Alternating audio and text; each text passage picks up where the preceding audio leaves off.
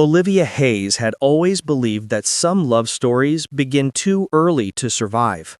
At 19, when everyone's world looked exciting and full of possibilities, hers shattered quietly one cold November night. She lost her mother in a car accident. Overnight, Olivia became someone who didn't believe in forever. At 31, she lived in Chicago, working as a trauma nurse, someone who saved lives daily but never let anyone close enough to save her own heart. Her days were full of emergency alarms, cries for help, and the chaotic rhythm of hospital life.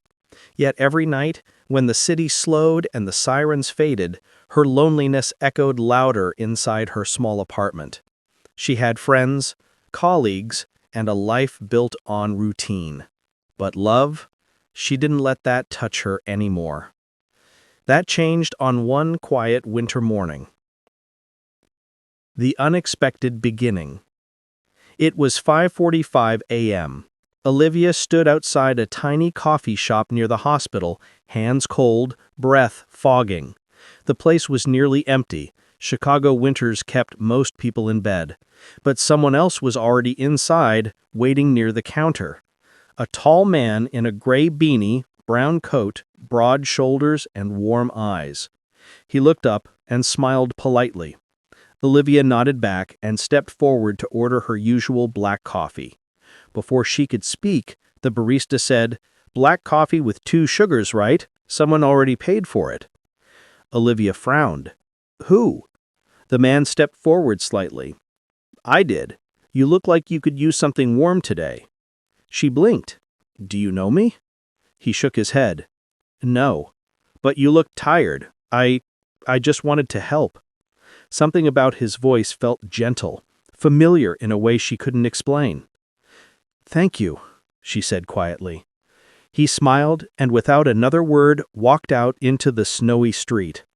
Olivia stood there, coffee warming her hands, heart beating strangely. She didn't even know his name. The second encounter. 3 days later, she saw him again inside the hospital. He was sitting in the waiting room with an older woman, his mother, coughing heavily. His beanie was gone, revealing dark, slightly wavy hair. Their eyes met. Surprise. Recognition. Something more. "You're the coffee woman," he said softly. "And you're the stranger who paid for it," Olivia replied. He chuckled. "I'm Daniel. Daniel Reed." "Olivia." Daniel smiled. "Nice to meet you officially." But before they could talk more, a doctor called them inside.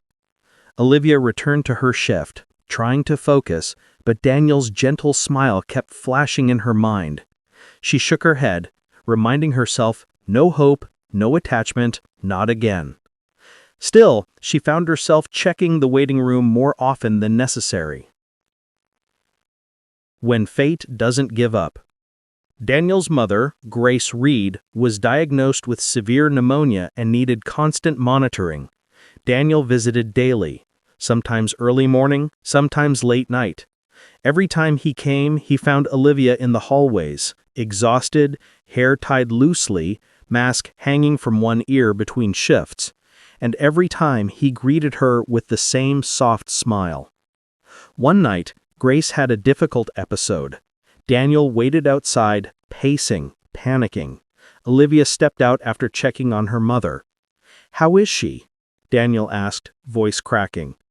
"She's stable now. Her breathing will improve with the new medication." Daniel closed his eyes in relief. When he looked at Olivia again, there were tears in his eyes. "I'm really scared to lose her," he whispered. Olivia felt her chest tighten. She knew that fear well.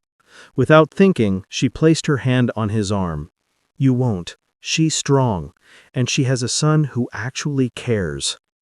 Daniel's eyes softened. "Thank you. For everything." And something shifted that night. A warmth Olivia thought she'd buried years ago. Slow burn connection. Over the next few weeks, they shared coffees from the vending machine at 2 a.m. They talked about music, broken families, dreams they never chased. Daniel told her he was a high school English teacher. Olivia told her she once loved photography before life became too heavy. Daniel's mother improved slowly. Olivia's heart, unknowingly, began to open. One evening, Daniel said softly, "You know, I've met so many people, Olivia, but you're different. You listen, you feel." Olivia smiled faintly. "I don't feel much these days." Daniel shook his head. "You just hide it." She didn't reply, but her silence wasn't denial, it was fear. A moment that changes everything. Grace was finally discharged, and Daniel insisted on thanking Olivia properly. "Let me take you to dinner," he said. "I don't date," Olivia replied. "It's not a date," Daniel smiled. "It's a thank you meal." She hesitated. Something inside her wanted to say no, but her heart, long silent, whispered yes. They went to a small Italian place. Candlelight, soft music, not romantic, just comforting. Olivia found herself laughing, genuinely, for the first time in years. Daniel noticed that. "You look good when you're not carrying the world." She blushed slightly. "I guess I forgot how to let go." "You don't have to forget anymore," he said softly. Her heart skipped. But she pushed back. "Daniel, I don't want to hurt you. My life is messy." "Daniel, Olivia," he said gently, "I'm not asking for perfect, just honest." She looked at him, and for a moment the walls around her heart cracked. The fear of happiness. As days passed, their bond deepened. Slow touches, long conversations, soft smiles. But fear followed Olivia everywhere. What if he leaves? What if she loses him like she lost her mother? What if loving him breaks her again? One night she said, "Daniel, you deserve someone whole. I'm not." Daniel reached for her hand. "No one is whole, Olivia. We just find someone whose broken pieces fit ours." Her breath trembled, but deep inside, she was still running. The night everything broke. One snowy evening, after a long shift, Olivia found Daniel waiting outside with 2 coffees. "Thought you might need one," he smiled. But Olivia looked troubled. "What happened?" Daniel asked. Olivia whispered, "A young girl died today. I held her hand. She kept asking for her mom. And I—" Daniel stepped forward, holding her arms. "Olivia, it's okay." "No, it's not," she cried. "People die, people leave, and I can't love someone only to lose them again." Daniel froze. "Is that what you think? That you'll lose me?" Olivia wiped tears. "Everyone leaves."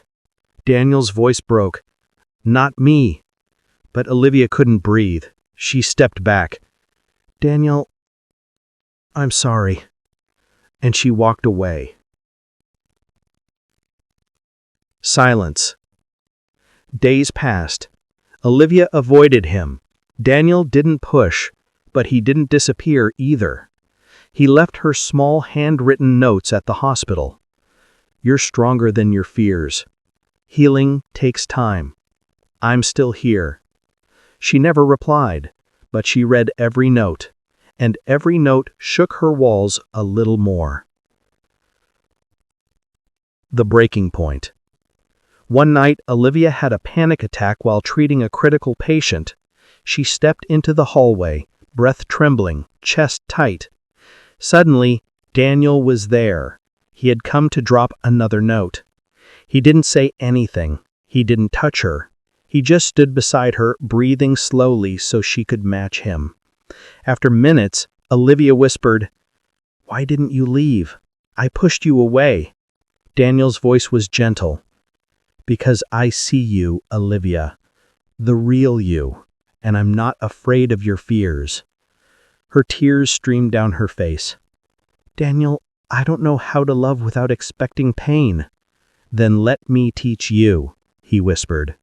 She broke down completely, and for the first time in 12 years, she let someone hold her heart.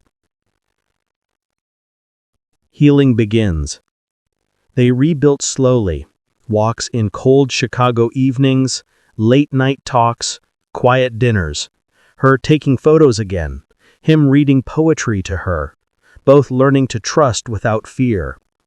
One night, under dim streetlight, Olivia held Daniel's hand and whispered, "I think I'm ready to stop running." Daniel smiled softly. "I've been waiting for you." The moment of promise. After a year, slow, gentle, healing, Daniel took Olivia to the same coffee shop where they first met. Snow was falling softly. He handed her a cup of black coffee with